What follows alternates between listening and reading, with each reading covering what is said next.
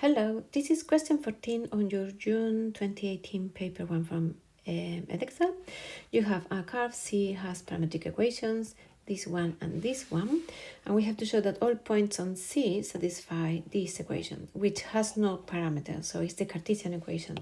So what we are going to do, remember, is just to eliminate the parameter, and there are a few ways of doing it, but I'm just going to show you one, and I suppose it depends on what you prefer. So this is x, y is 4 plus 2 cos 2t, and the first thing you have to notice is that we have sine t here and cos 2t here. So for sure we need to use the double angle formula and try to find an expression in terms of just cos or sine or both of t, not 2t.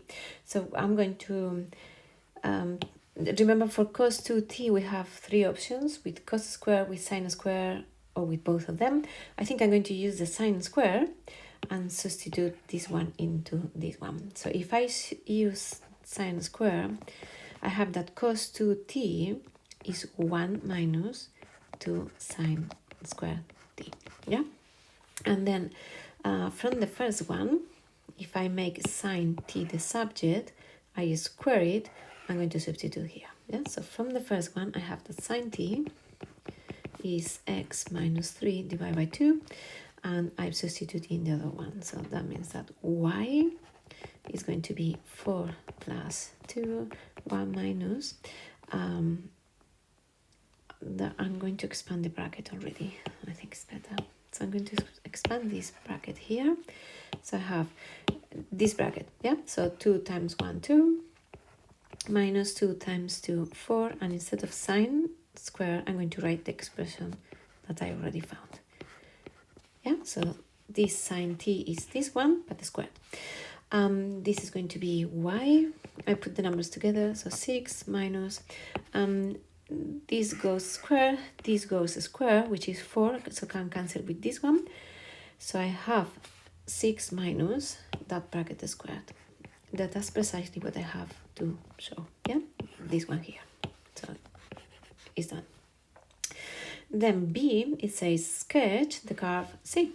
So the curve C in parametrics, parametrics maybe doesn't say much to you, but if you know that you can write it this way, you know it's a quadratic. So that's what we are going to use to represent it. So we know it's a quadratic. We know it's an u upside down because the coefficient of x squared is negative, so it's going to be upside down. We know the maximum, so the maximum is when this bracket is 0, so when x is 3, and it's going to be when this is 0, y equals 6. So the bracket, this is just complete the square form, so it's very easy. And we could find the roots. Y-intercept, for example, the y-intercept is going to be 6 minus 9, which is minus 3.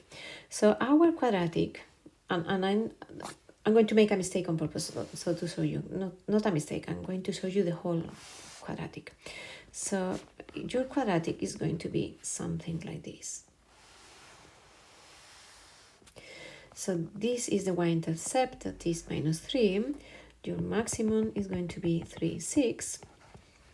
And then you have your roots. I'm not going to find them because we don't need them. So this is your quadratic. But when you have parametric equations, you have to be careful because the parameter is usually defined in an interval. So in this case, t is going to be between 0 and 2 pi, which means this sine t is going between minus 1 and 1. So this x is not going to have all the range of values. It's going to be limited for the values of sine. So this x is going to be between a maximum and a minimum. So we can find those values. So x maximum, or the maximum value of x, maximum x is when sine is 1, because that's the maximum value that sine can have. So 1. So x maximum is going to be 3 plus 2. And so 5. Minimum x is going to be when sine is minus 1. So when sine is minus 1, I have 3 plus 2 times minus 1, so 3 minus 2, which is 1. That means that x is going to be between minus 1 and 5, minus 1, 1, between 1 and 5, but not all the values. So I'm going to represent my quadratic between x1 and x5. And I can find the y's just to find those limits. So between 1, let's say, is here. So let's say this is 1 and this is 5. I don't need to represent anything below that. So I don't need to represent anything after that. I can delete that.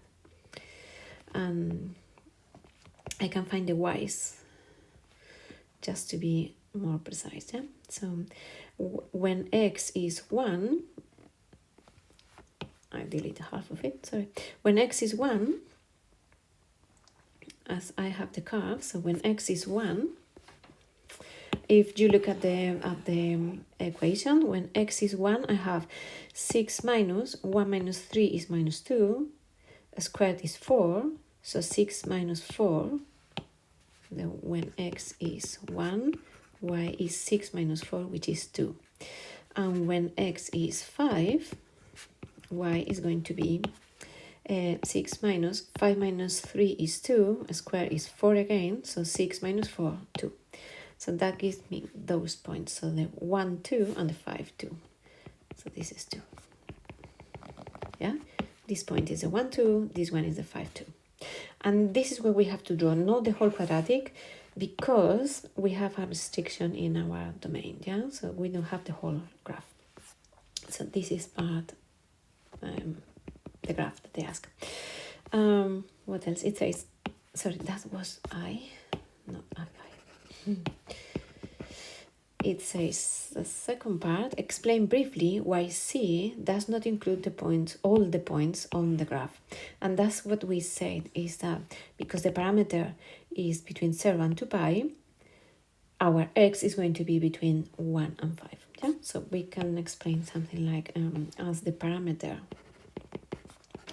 as t is between 0 and 2 pi, that means that a is going to be between, that x is going to be between 1 and 5.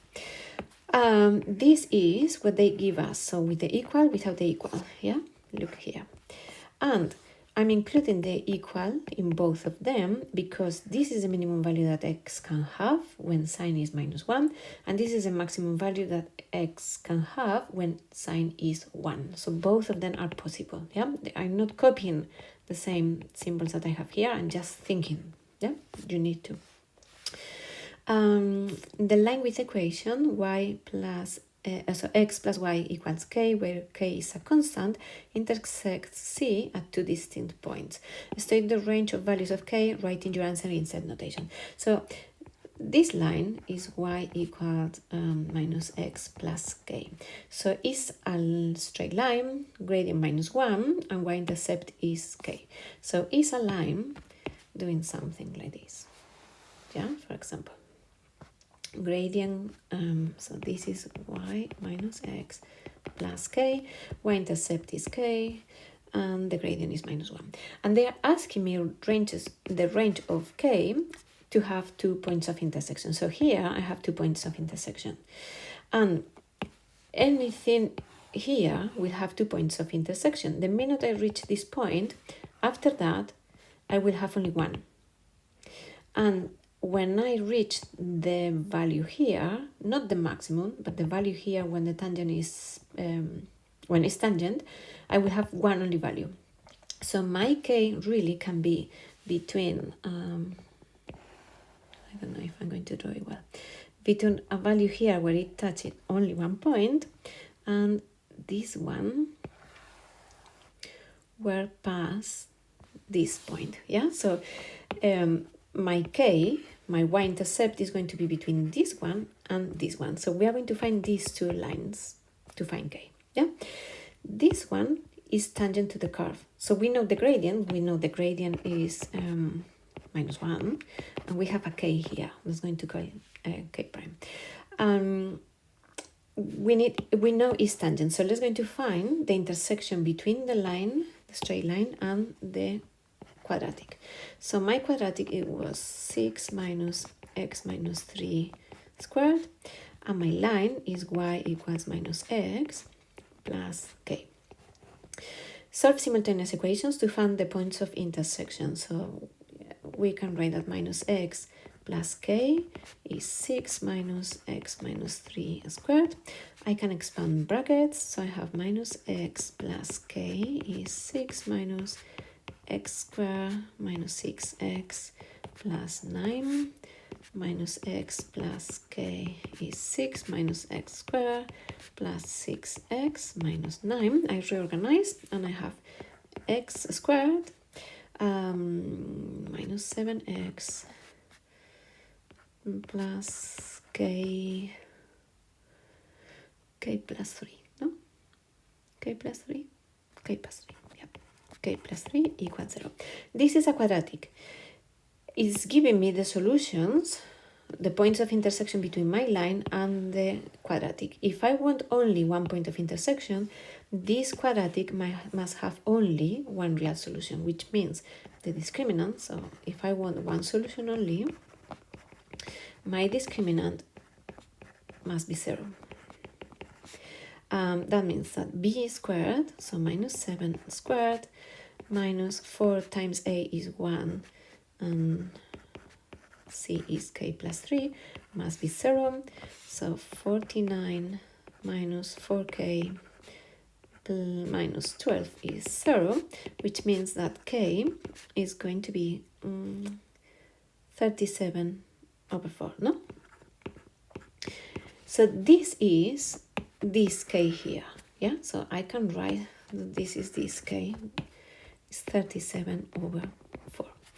This other line is a parallel line, and it passed the point 5, 2. So we are going to find k, so the line passed the point 5, 2. So if the line passed the point, so point 5, 2, that means the point must satisfy the equation.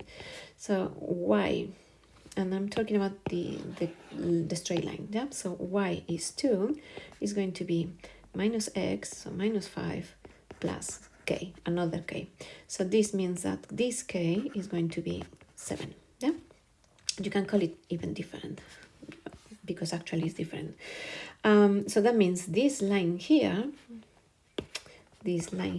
is this one plus my new k, that is 7. This is the y-intercept, is 7. This is 37 over 4. Anything in between, so any k between these two, will give me a line that cuts in 2 points. That means that that k, and I'm going to write in the next page, that k must be between 37, so between 7 and 37 over 4. We need to think what happens here, if it's just equal or if it's smaller only or equal. When k is 7, I have this line. So when k is exactly 7, it cuts in 2 points, yeah? So that means I can include the 7. So I can write the equal here. And when it's 37 over 4, I have this line. This line is tangent. It cuts in only 1 point, which means I cannot include the 37 over 4. So this is just with the smaller. And be careful, because they asked you to write your answer in set notation, which means we are going to write this answer writing the k, the variable, column, and the fancy brackets. Yeah, and that's your answer. That's all with this exam question.